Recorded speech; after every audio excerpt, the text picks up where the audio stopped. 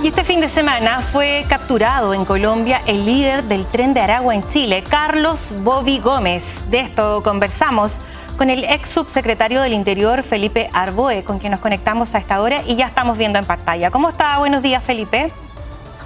¿Qué tal? Buenos días, gusto saludarla. Igualmente. Lo primero que le quiero consultar, ¿qué significa para el crimen organizado esta captura que ocurrió en Colombia de este líder? ¿Cómo impacta a nuestro país? Primero, yo creo que es una muy buena noticia del operativo que ha realizado conjuntamente la Fiscalía Nacional de Chile con la Policía de Investigaciones en coordinación con las instituciones colombianas. Esto habla de que Latinoamérica está enfrentando unida el flagelo del crimen organizado que deambula por nuestros territorios. Es una buena señal. Lo segundo es que esto revela también que el trabajo de inteligencia, es decir, el trabajo sigiloso, muchas veces reservado, secreto, que realizan las policías y la fiscalía, va dando sus frutos, y esto también es muy importante. Y tercero, es un golpe muy, muy fuerte a la estructura del Tren de Aragua en Chile. No significa que con la captura de su hasta ahora líder, la célula criminal vaya a desaparecer o se vayan a ir. No, pero sí es un golpe muy fuerte porque evidentemente si es que se hacen bien el trabajo investigativo, podría también asomar luces de otras personas que estén en otros lados o infiltrados en otros lugares, digamos, que también estén poniendo en riesgo la seguridad en Chile. ¿Qué pasa, por ejemplo, con los otros integrantes del Tren de Aragua que hoy en día están en distintas cárceles? ¿Podría haber ahí también alguna dificultad, algún problema con ellos, entendiendo represalias también, ya que su líder fue capturado al interior de los recintos penales, me refiero?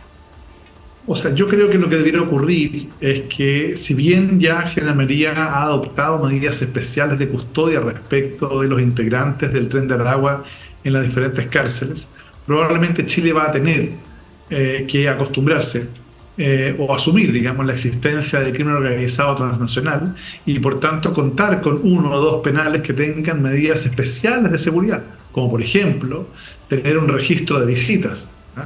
Todas las personas que estén vinculadas a algún tipo de célula del crimen organizado, cualquiera sea esta, debieran tener restricción de visitas. Y respecto a aquellas personas que los visitan, también que exista un registro importante en línea para efecto de saber con quién están conversando. Y como ocurre en otras legislaciones, cuando hay visitas, las células criminales, digamos, la Gendarmería está presente en los diálogos que realizan las personas. Es decir, no hay diálogo privado, hay comunicación, pero esa comunicación está siendo monitoreada por, en este caso, por Gendarmería. Así que creo que son medidas que vamos a tener que acostumbrarnos a tener, dado el nivel de organización criminal que tienen estas bandas de crimen organizado transnacional.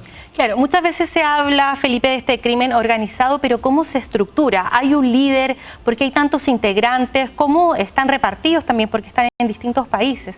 ¿Cómo se va articulando el trabajo del crimen organizado? Sí, esto es importante aclararlo porque todo crimen organizado es delito. Claro, pero no todo delito es crimen organizado. Okay. Y ocurre muchas veces que se confunde una banda delictual con crimen organizado. La definición, hay múltiples definiciones, pero la definición más avanzada de crimen organizado en Naciones Unidas nos revela que para que sea considerada una estructura como crimen organizado requiere reunir algunos elementos. En primer lugar, cierta jerarquía.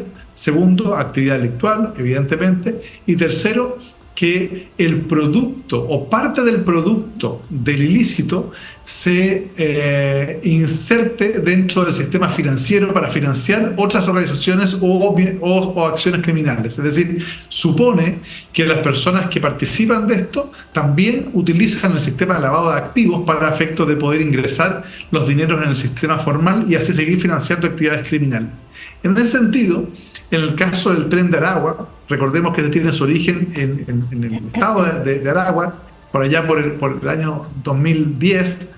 Recordemos que, un poco de historia, hacia el año 2009-2010 se anunció la instalación de un tren, un sistema ferroviario para el estado de Aragua en Venezuela, que finalmente no llegó a puerto. Okay. Y hubo mucha protesta que después terminó siendo una organización delictual, que después pasó a ser organización criminal, de muchos de sus líderes que se organizaron dentro de las cárceles, ¿no? Y a partir de eso, entonces comenzaron a, comillas, exportar este mecanismo. ¿Qué es lo que ocurre? Es que aquí hay una dirigencia, es decir, hay líderes, pero a su vez también hay integrantes que algunos se dedican al lavado de activos, otros se dedican a los secuestros, otros se dedican a el tráfico de armas, etc. Y lo increíble o el modus operandi que ellos utilizan en los países es que se dejan caer en determinados barrios, ubican a cuáles son las bandas delictuales y los someten. Sea asesinando a algunos o dando algún señal de violencia para que ellos trabajen para ellos. Entonces empieza un trabajo de red, ¿te fijas? Entonces estos liderazgos van sumando delincuentes probablemente locales, habituales, que los transforman en criminales, digamos, para determinado tipo de actividad más violenta, ¿no? Y bajo la amenaza de que si no participan, evidentemente también ellos o su familia sufrirán, digamos, la dureza de la banda de crimen organizado. Así se van estructurando. Entonces, al capturar al líder, en este caso que ha sido detenido en Colombia, probablemente en los interrogatorios pueda salir algún tipo de información respecto de otras personas que están participando a nivel intermedio y que organizan en diferentes territorios de Chile, porque recordemos que esto, si bien partió en Arica, hoy día se han detectado células del Tren de Aragua en Concepción, en Ñuble, en la región metropolitana, en Puerto Montt. Entonces es importante que se vayan desbaratando todas estas bandas y les sea cada día más costoso al criminal estar en Chile, lo cual va a significar probablemente que muchos de ellos decidan salir del país e irse a otros lados. ¿Cuánto y cómo influye la cooperación internacional entre policías para este tipo de detenciones? Bueno, la Policía de Investigaciones, a través de Interpol, tiene una red de policías investigativas en el mundo, digamos. Va levantando alertas rojas respecto a aquellas personas que considera que son peligrosas para la seguridad de asociados, que han estado involucrados en algún tipo de delito o de investigación, digamos. Y a su vez también el Ministerio Público tiene una unidad de coordinación internacional que crea convenios o trabajo conjunto con diferentes fiscalías a nivel latinoamericano y en el mundo. De hecho, hay una organización internacional de fiscales. En consecuencia, el trabajo conjunto entre la Fiscalía y la PDI permite contactarse con sus pares, digamos, en este caso en Colombia, y hacer el trabajo que corresponde. Así que creo que están dando resultados. Es una buena noticia para el país, digamos, que exista esta colaboración y que tenga eficacia. Recordemos que hace poco tiempo atrás también se atrapó a una de las personas que habría participado del homicidio del teniente Ojeda. Entonces, se están viendo resultados importantes en esta materia. Perfecto. Muchas gracias por esta entrevista, Felipe. Que esté muy bien. Buenos días. Igualmente, que tenga buen día. Hasta luego. Y nosotros nos separamos brevemente en una pausa y ya estamos de vuelta. Hoy, después de Tele 13, en Palabra de Honor. ¿Qué trama Sargento Fox?